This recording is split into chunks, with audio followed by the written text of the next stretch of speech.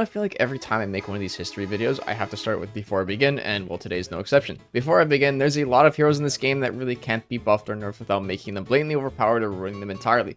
If we, let's say, buffed Conk improperly, he could become an insane issue to the game, and if we nerfed a character like Varangian Guard really hard, she would definitely fall off the face of the earth. But today's topic isn't about any of these characters because I've already covered them about detailed experience of mine and the casual community's thoughts. I really do feel like I have to really double down on that last comment, saying that I'm talking about the casual community. These videos get a ton of hate, saying that my takes are wrong and awful, and I really don't care, but normally the people that are telling me this are the higher up / comp players. This video is not for you. If you play any level of For Honor higher than the casual mindset, these videos are not for you. Nobushi is definitely a relic of older For Honor, where her moveset is almost identical to Day 1's counterpart, but obviously extremely enhanced to keep up with the times.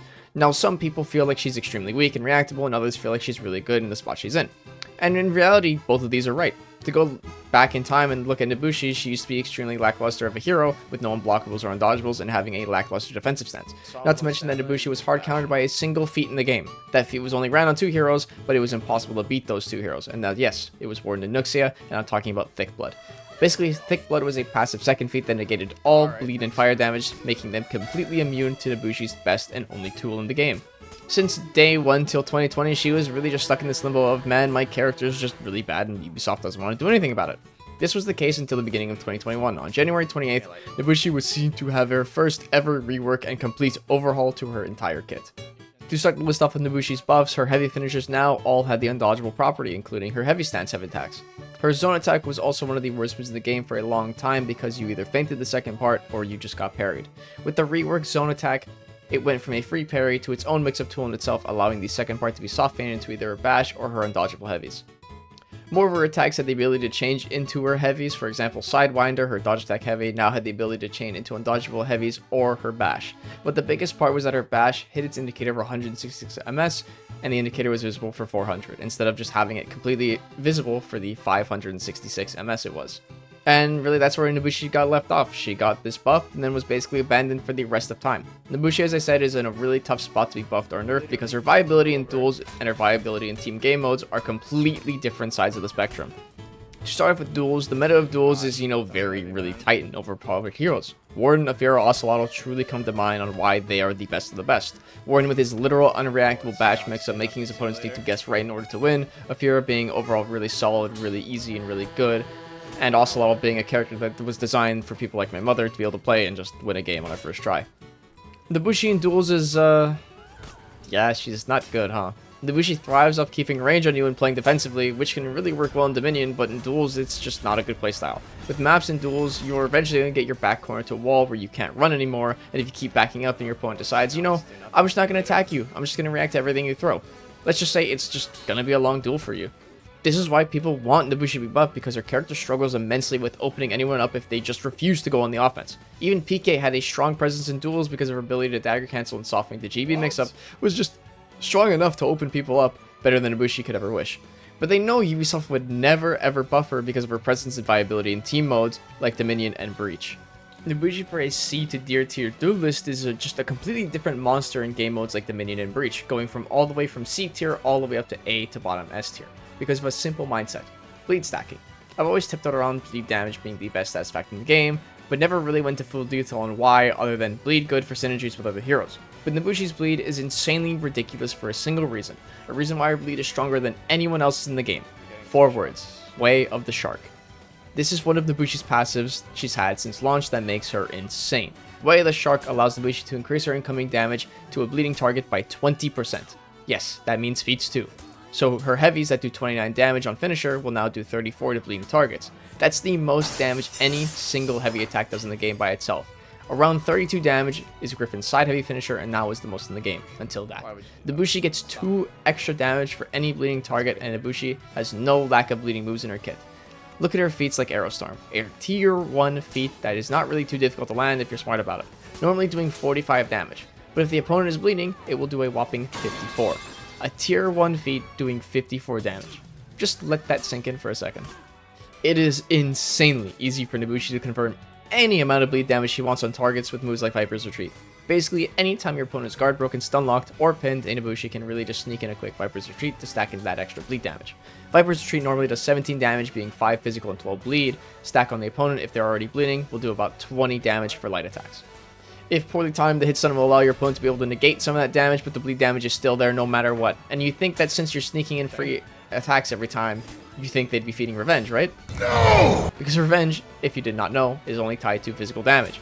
So when you're getting hit for 17 damage, in reality you're only getting 5 ticks of revenge because it's actually physical. If you really want to understand how revenge works, I would simply go to the For Honor Info Hub.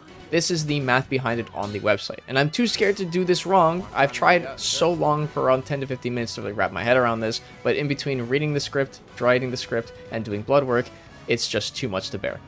But it states that bleed damage feeds no revenge. This is where Nobushi is insanely good in Dominion. But let's say your opponent does get revenge. Then what is the Nobushi's role? Well, it's quite simple. Okay. Say you outnumber your opponent 3-1, and you're playing Nobushi, and you have a large amount of health that you can really sacrifice. Your role is simple. See, when someone gains revenge, they feel like instead of using it as the stalling tool it truly is, they attempt to utilize its offensive buffs it gives you. This makes them tunnel vision onto the lowest health enemy and refuse to stop attempting to kill them until their revenge runs out. This is where you step in. Just spam dodge attack with bleed over and over and over again. This forces your opponent to focus on the Nobushi instead of the person they're trying to kill, because if they don't, they will just die, and if they do, then you're forced to punish the Nobushi with no result of an actual outcome. This doesn't sound like much, but in the bigger picture, it really is if you really think about it. Many people just attempt to snowball with revenge. Feats like Bounty Hunter plus Devour, or running super fast executions that give them a lot of health like Warden's Blackstone Bash, healing them for 50 health by only being a 1.8 second kill, Blackfire's Limb Slicer being a 1 second kill for 35 health, or the universal executions like That's Cannon killing in 2.2 seconds for 50 health. This gives them more time for their team to rotate and maybe just enough health to avoid dying after a single mistake when revenge runs out. Nobushi forces you to have to commit to her, because if you don't, then you just die. Bleed stacks super well with things like Viper's Retreat and her dodge attacks, seeing as Nobushi can dodge cancel after all of these attacks. There are many frustrating things in For Honor, but one of the worst things is seeing your revenge shield drop and all that health you had turn into bleed damage, and the entire enemy team ganking you just runs away once they realize you're dead in about 3 seconds. We really talked about how her playstyle just does not work in duels whatsoever, for many reasons, but that is the opposite in Dominion. With larger maps, fighting areas, and the support of her team, Nobushi can utilize her range a lot easier than she can in duels. Pair that with her big external hitboxes and undodgeable heavies, she's a very valuable teamfight hero. Undodgeable heavies are an extremely valuable move in today's state of the game, seeing how good dodge cancel recoveries have gotten. And having a neutral undodgeable from a stance is just good to have in any teamfight. Her defensive capabilities really don't change, especially her hidden stance. Nobushi is one of few heroes that can actually dodge any level 1 and level 3 bash at the same time. For example, you can see Warmonger's dodge attack has enough iframes to be done right to dodge both level 1 and level 3 bashes from Warden, Centurion, and Hitakiri. BP can dodge on any level 1 timing and can recovery cancel into Bulwark stance and flip the incoming level 3. And Nobushi can do the same. Dodge the initial level 1 and then hidden stance to level 3. This normally doesn't work more than twice against the same person, but that's the time where you have to mix it up. Sometimes dropping into hidden stance, sometimes doing nothing, or sometimes using her external, heavy dodge attack to hit the person in front of you. Nobushi has no small chance of having less than what she needs in her kit to really win in a defensive playstyle. This is why Nobushi can't be touched, because if she became a better duels character, then who knows what would happen to her teamfights. I think what truly needs to be done first is outright remove or rework Way of the Shark. It was fine to be this powerhouse of a tool when Nobushi was a bad hero, but now it's just a little too good for her in her current state. To remind you, a tier 2 feat like Chilling Star or Doom Banner have about a 5% difference in damage buff. These feats are something that are normally very situational, but a Nobu has it all the time. But I wouldn't take my word for it, because, you know, I'm not a Nobushi connoisseur. I've always made it, as always, if you made it this far, I love you guys, and I hope you guys have a great day.